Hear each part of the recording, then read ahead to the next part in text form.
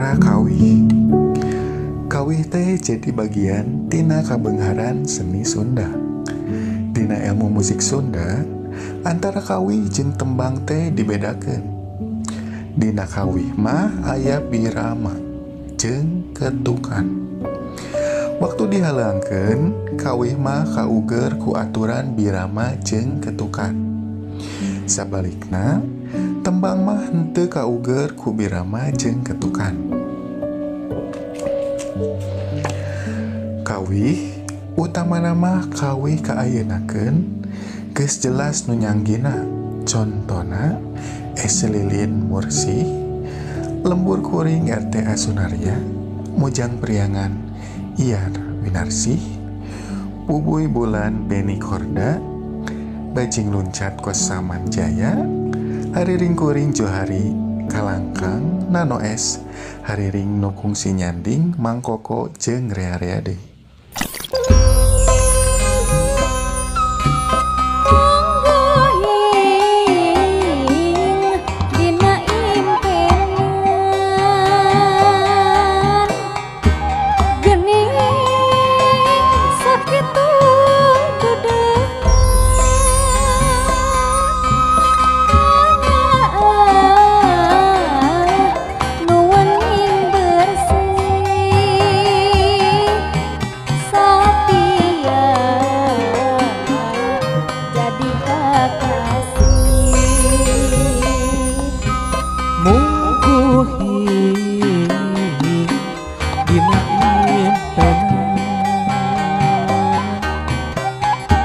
Geuning sakitu leana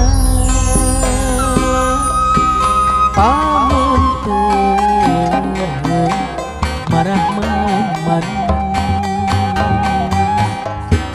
teu isi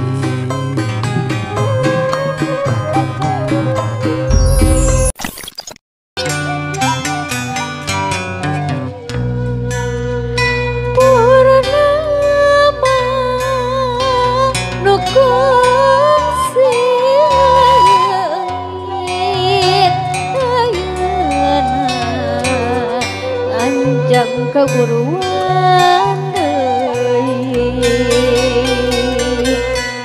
anu kungsi kapian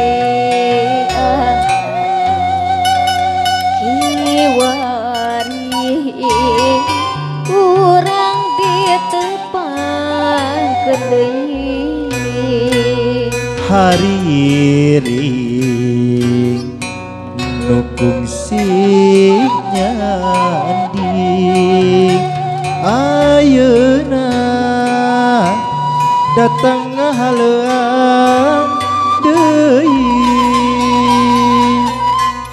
hayu batare matina cacatkeun mumpung aya kasempetan ayeuna mangsa nu endah hayu urang suka bunga caang bulan opat welas hati balas ayeuna mangsa nu endah hayu urang suka bunga caang bulan opat welas hati bablas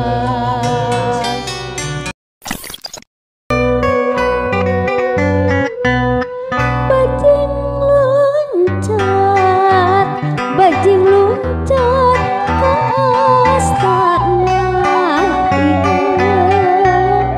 abdi lepat ngarosan teu anggalna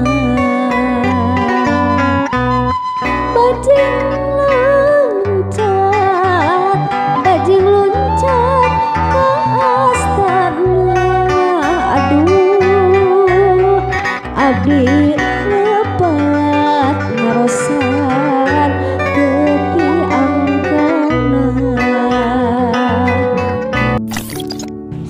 ayeuna teh satuluyna roba jadi pop. Lagu pop Sunda anu sok dihalangkeun ku Darso, Yayan Jatnika, Doel Sumbang jeung Rea Rea Deui teh kaasup kana Wanda Kawih.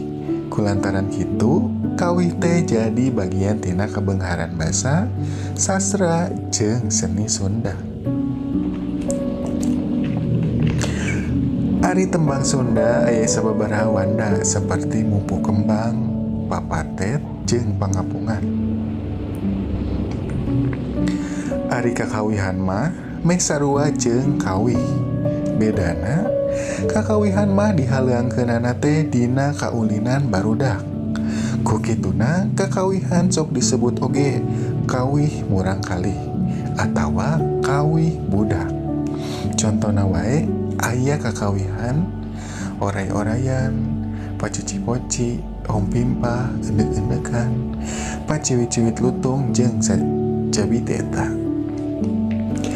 Aya deui kawih buhun saperti entog mulang ekek paeh jeung awi ngarambat.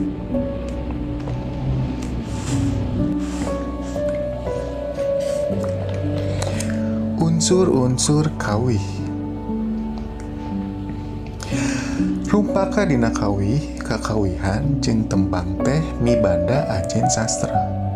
Umumna ditulis dina wangun puisi sisindiran atawa puisi bebas.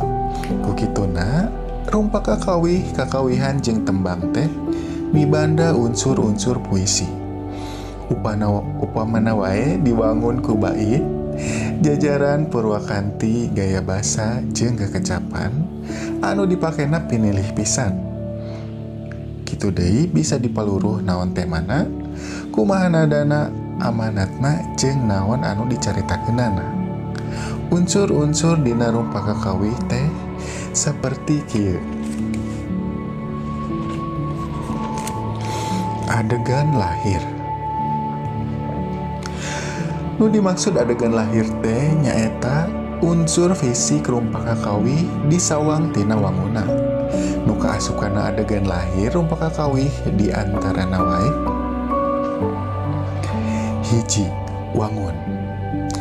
Rumpaka kawih teh ditulisna beda-beda. Upamana wae aya nu sapada, dua pada, jeung saterusna. Tina sapadana teu matok siga sisindiran atawa pupuh. Bebas kumaha pangarangna. 2. Pilihan kecap. Rumpaka kawih nu alus teh gumantung kana kecap-kecap nu dipake ku pangarangna. Biasana sok kapanggih kecap-kecap anu geus langka dipake. Tuluy dipake nuliskeun kawih. Upamana wae kecap asih diganti jadi kecap durian, atawa kecap sedih diganti jadi kecap tunggara. 3. Citraan. Citraan atawa imaji teh nyaeta pangaruh kecap kanu maca atawa ngaregepkeun kawih. Biasa nama aya patalina jeung naon anu karasa, katempo jeung kadenge kunu maca atawa ngaregepkeun tina kecap-kecap anu aya dina kawih. Citraan dina kawih sifatna bisa citraan suara, citraan panempo, jeung citraan pangrasa.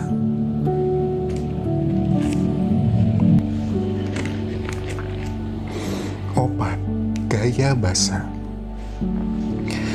Gaya basa dina rumpaka kawih teh bisa ngabalukarkeun ayana harti konotatif. Gaya basa dina rumpaka kawih bisa nimbulkeun harti nu beunghar kana eusina. Kawih teh jadi prismatis. Hartina bisa mibanda harti anu mundel, jero tur loba. Dina basa Sunda aya sawatara gaya basa upamana mijalma, ngasor, kadalon, rarahulan, jeung saterusna. 5. Purwakanti.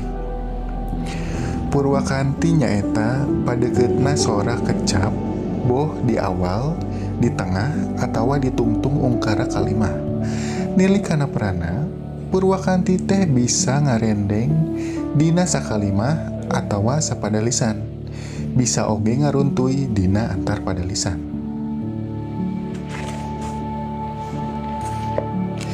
Kulantaran kitu, Purwakanti teh aya nu ngajajar Purwakanti rantaian anu ngaruntui Purwakanti runtuyan, atawa gabungan boh rantaian boh runtuyan.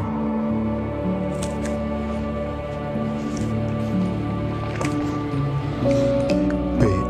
Adegan batin. Adegan batin rupa kakawih mah teu katembong langsung, tapi kudu diteleman atawa dirarasakeun. Carana bisa dibaca sababaraha balikan atawa disungsi kumaha eusi atawa maksudna. Hiji, jejer. Jejer teh pokok pikiran anu aya dina rumpaka kawih. Tema teh gagasan pokok anu rek ditepikeun ku pangarang kanu maca. Tema dina rumpaka kawih rupa-rupa. Aya tema keagamaan, kamanusiaan, cinta kalemah cai, jeung saterusna.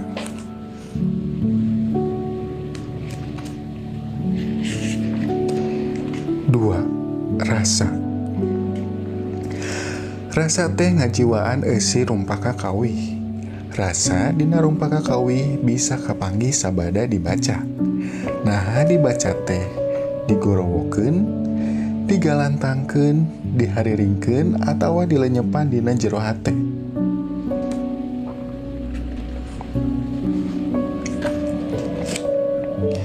Tilu, wirahma.